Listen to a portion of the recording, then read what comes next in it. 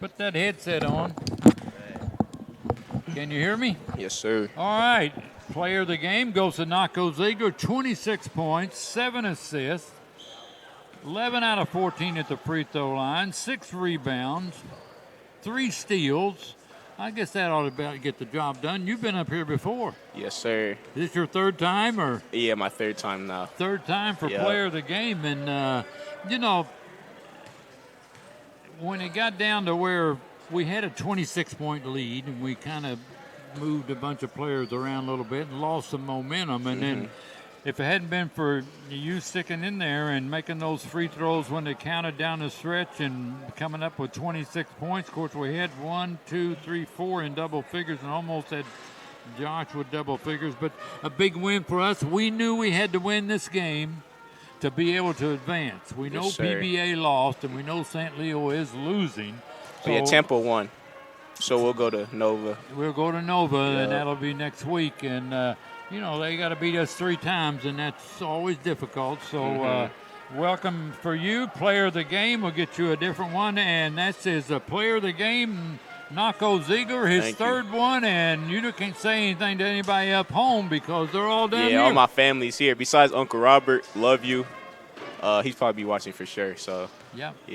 All right, thank you, Runako, and good luck to you. Thank you. And see you next week. Yes, sir. All right, we'll get Billy Mims up here and go over some of this stuff and get an idea of what he thinks of the game. I'm going to be critical of him right off at the start when he. Leave that with my wife, so I can get that swap for you. Sorry, Jim. So. The big win. You knew you had to win to advance, and you knew some other things had to happen, but getting your job done first was the important thing. Well, we had to win, Jim. That's the bottom line. And the only thing I was disappointed in today was, we built a 24-point lead in 26. We built a 26-point lead with 9.5 minutes to go, and then we acted like the game was over, and we got sloppy, and we tried to play nonchalant basketball. We played like a pickup game instead of the game that got us a 26-point lead. So, it doesn't matter what you win the game by. A win's a win. So but the only problem is we had a lot of kids that I wanted to get in the game today. I wanted to play we got up 26 points. I wanted to get the entire bench some court time because they deserve it. They've been doing a great job in practice. So my only disappointment in today's game is that we played great to go up 26, and then we just got sloppy. We didn't finish. And hats off to Brian Goluski and his Eckerd team. I mean, they've been hit bad this year with injuries and COVID and adversity as well, kind of like us. But his kids battled. I mean, you really only had like 7 guys or 8 guys dressed to play today, and they battled their hearts out. I mean, they got down 26, and with the season they've had, they could have quit. But they never quit today. They battled. They came back. They fought their tails off. And like I said, a lot of hats off to Brian Goluski, the head coach of Eckerd, and his entire roster that dressed out today because they never quit. They never quit this season, and they never quit in this game today either. Well, they had one with 21, one with 26, and one with 25 points. That's a pretty good effort. And the funny thing is, we were really, talking about 2 of those 3. We really thought Graffles and Love would have a big game, and our goal was to try and shut down one of them. We didn't. They had 25 and 21, and then Kent Gerard, I thought, just did an outstanding job for him today as well with his 26. So, they had 3 players that just put up an outstanding game. Okidi and Swadora did some other things for him. Didn't score a lot for him. Joshua Galloway, number 11, I thought had 8 points, 5 rebounds, and he had a tough game out there. I mean, Eckerd has always been a team that is physical, and they play tough. They play tough, physical basketball, and they did that again today. So, the interesting thing was today, our seniors, the good thing is our seniors started well, and every senior scored. George Anima had 3 points in the ball game and 2 assists. Amir Bennett had 6 points. in the ball game, was 2 for 3, knocked down a big three for us, 1 for 1 at the free throw line. Mate Pape, 5 points, 4 rebounds. Mate had 6 assists and a steal. Runako Ziegler, our player of the game. Al's Trophy Shop player of the game, Runako Ziegler, with 26 points, 6 rebounds, 7 assists, 11 for 14 at the free throw line. Really good basketball game by Runako today. He deserved the player of the game. And, of course, the only senior that didn't get to play was Makai Noble, who's still out with an injury. So I was really happy that we were able to start 4 of our 5 seniors, and all 4 of those seniors scored in this game. We won this game. So they'll walk away with a nice memory, with a victory in their last game at the Clemente Center, and last regular season game this year. Really pleased that they all scored. And then, our bench did a good job. I mean, Sean Alp came in and scored 12 points, grabbed 4 rebounds. Niall Harris, 15 points, 6 boards. Niall was 6 of 7 shooting, 2 of 3 behind the arc. Sam Grant, another big night for the freshman, off the bench with 12 points, and he was 4 for 7 behind the arc, 3 rebounds as well. Josh had 8 points off the bench, 2 for 2 behind the arc. So again, I thought we played really good basketball throughout the game. We just got a little sloppy late. We turned the ball over too much, and an interesting stat here. At the half, Jim, we were leading points off turnovers, but by the end of the game, it turned around. Eckerd won the points off turnovers, and Eckerd won the points in the paint by 10. Well, I'm going to make one statement, though. There was a time in there where you played 6 or 7 minutes, you only had 1 starter on the floor. Yeah. And that'll get the momentum going the other way, and it'll turnovers. And they're still playing their best kids, and they're really trying. Yeah. But the point is, the guys that we had out there were good enough to keep the lead going.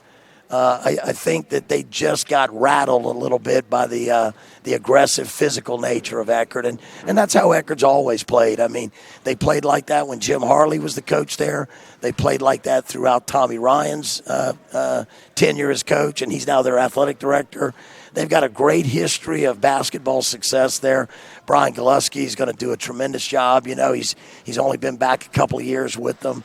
But I know he'll do a great job. And, Eckerd have kids that just play hard, play tough. They're very physical, and you have to handle that physicality and that toughness. You got to play through it. I said to our guys multiple times, Jim, you got to be strong with the basketball. So what I saw about them is I think almost all their players are returning. Yeah, I mean, they had 2 seniors today, O'Keefe and Doug Williams Jr. Everybody else will be back. I mean, and again, you look around the league, a lot of great players are returning. I mean, that's just the facts of COVID life after COVID, because we've had all of these players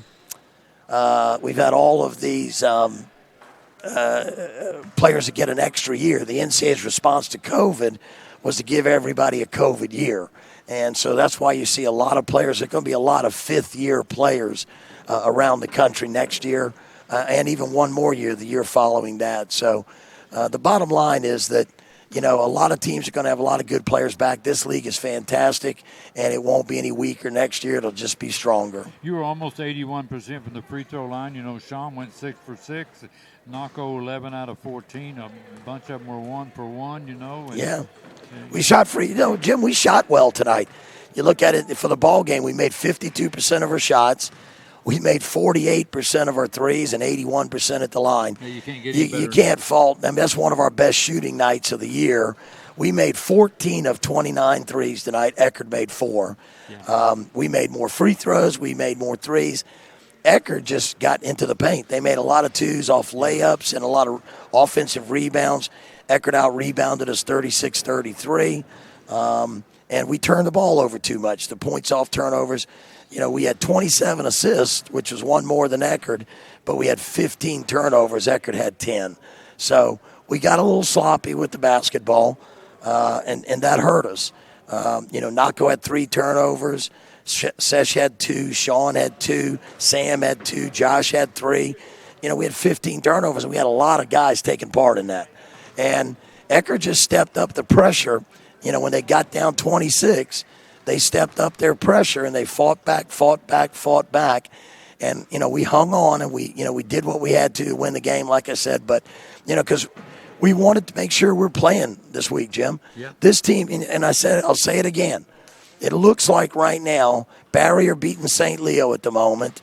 Tampa already beat Palm Beach Atlantic, which would put us in Barry are up 5.5 minutes or so left in the game. It's a 6-point game, 82-76 at the moment down in Miami Shores. St. Leo are playing great. Yeah. They're coming off a big win on Wednesday night. So, they're playing great. They're fighting for a spot. But the crazy thing is that if we finish in a 3-way tie, if Barry beats St. Leo, or if St. Leo were to win, if Palm Beach has already lost. Yeah, they've lost. So they're not going to get another win. If St. Leo win, then Palm Beach and us would be tied, and Palm Beach would be out. Yeah. Because we have the tiebreaker head-to-head with Palm Beach. St. Leo would go to 7th, and we would go to 8th.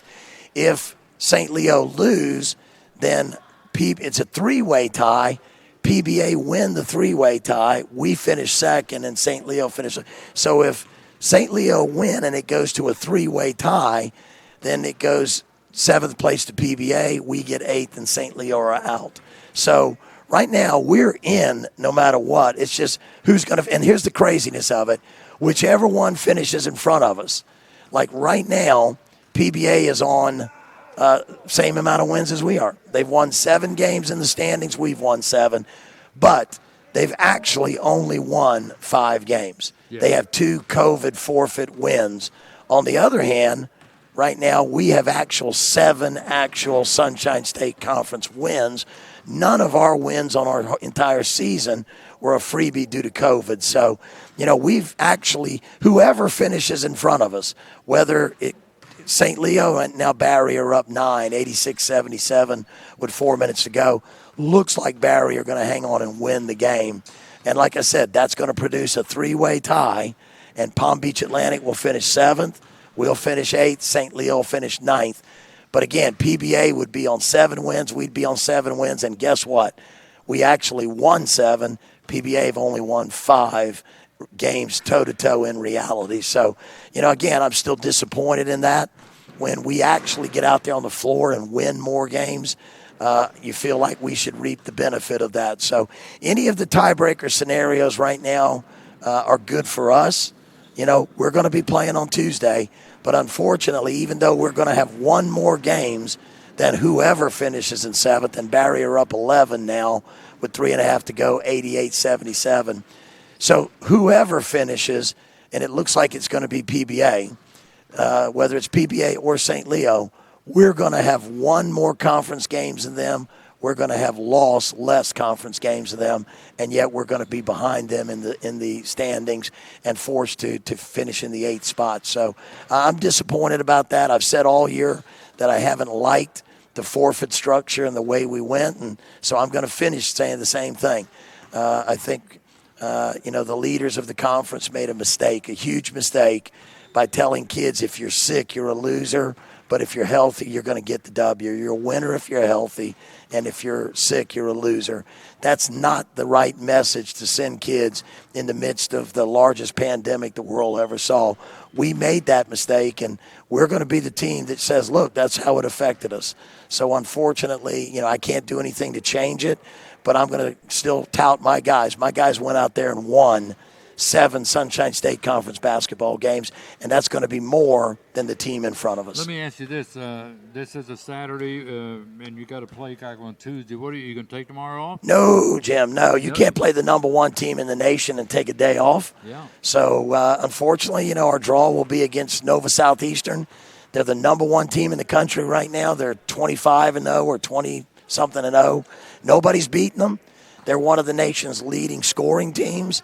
They force more turnovers than any team in the country. They're a handful for anybody. But, I think it's a great challenge. And as I said, right now, we finished the regular season with all the adversity we went through, Jim, with COVID, with concussions, with all the injuries we faced, broken noses, hamstrings, ankles, shoulders, all of the things we faced. This team battled through it. We got better. We've won 4 of our last 5 games to finish the season, and our only loss was an overtime loss in overtime on a last-second buzzer beater with 9/10 of a second on the clock by the league's leading scorer, Max Jones. Yeah. So I'm really proud of how this team regrouped, reformed, kept fighting, never quit, and down the stretch to win 4 of our last 5 games and get ourselves in the tournament. I said, unfortunately, only the top 8 teams get in the conference tournament anyway. I think this year all 11 should have gotten in the midst of this COVID mess. All 11 teams should have had a chance to play. And you look at how hard St. Leo's playing right now. Look at how hard Eckerd played today. Look at what Lynn has done in recent weeks as well, how hard they've played and how close they've been. And they were a point or two or here or there away from winning. I think all 11 teams should have been in the playoffs. And I think the Sunshine State Conference party should have been an invitation sent out to all 11 teams. That's not what's going to happen. And I told our guys before the game, we don't want this party to take place without us because we deserve to be in it. So let's go out today, win this last game at home. Thanks to the crowd, to the pep band, to all the faculty, staff, family members, and to the seniors. Again, I wanted to send them out on a good note. We started the 4 healthy seniors that we could. All of them scored in today's game, Jim. I'm proud of them for that. They'll go back and remember this day, finishing their home career at Florida Tech with a big win. And advancing to the Sunshine State Conference Tournament. We finished the season 13-12 in the 25 games that we were allowed to play. We had 3 COVID cancellations that were forced forfeits, but we finished a winning team, 13-12 overall, and we're going to build on that next year. And right now, like I said, we've won 4 out of 5, Jim. We're going south. We're going to take on the number 1 team in the nation. We're 0-2 against them this year. We got to go down there and find a way to do something different. But I know in all my years in coaching, everybody keeps saying there's an age-old saying, it's hard to beat the same team 3 times in one season. We made a lot of mistakes in the first 2 games. We got ourselves in foul trouble. Now this time we got to stay out of foul trouble. We got to not turn the ball over. We got to play a lot smarter. We turned the ball over in both games against Nova 29 times. You can't beat the nation's number 1 team, undefeated, highest scoring team, turning the ball over 29 times. So we got to fix that problem, Jim. We got to control tempo, rebound better, take away their scoring in the paint to some extent, slow the game down, and not turn the ball over. And, hey, you never know. Russell Wilson, the great quarterback for the Seattle Seahawks, I remember a few years ago he said, somebody's going to win the Super Bowl. Why not us? Yeah, but here's what I think. We lost our first game of the year and then went on a 9-game win streak. If we start going on a 7 or 8 game win streak right now, we'll win the national title. Hey, and like Russell Wilson said, somebody's going to. Why not us? Right now we got a tall task in front of us. Nova probably have 2 or 3 first-team all-conference players. Jim Crutchfield's probably going to be the conference coach of the year. I wouldn't be shocked if he's the national coach of the year because he's done a great job this year. He's built a great team. It's going to be a challenge down there, but one we're willing to accept, Jim. We're going to go down there and do the best we can, and, we're going to give it everything we got, Jim. We got nothing to lose and everything to gain. I still believe we should have been the 7th seed or higher, and you know what? If we'd have gotten that position, we wouldn't have seen Nova until the championship game. And I think anything we'd have done prior to that would have been a favorable draw for this team the way we're playing right now. So we get the tough draw. We got to take the beast on. And, you got to cut the head of the beast off to survive. So we're going to try tomorrow. We're going to practice tomorrow. We're going to watch film tomorrow. And we're going to come back in here on Monday and practice again, watch more film. We're going to break down both games against Nova. We're going to go down there and see what we can do to try and find a way to upset right now what is probably the best Division II college basketball team in America. And for my money, they're probably better than 2/3 of the Division I teams in the country as well. All right, Panthers win it in 93-86. We're on the road Tuesday night down in Fort Lauderdale, so tune in and see what happens to the Panthers. Thank you, Billy. Thank you, Jim.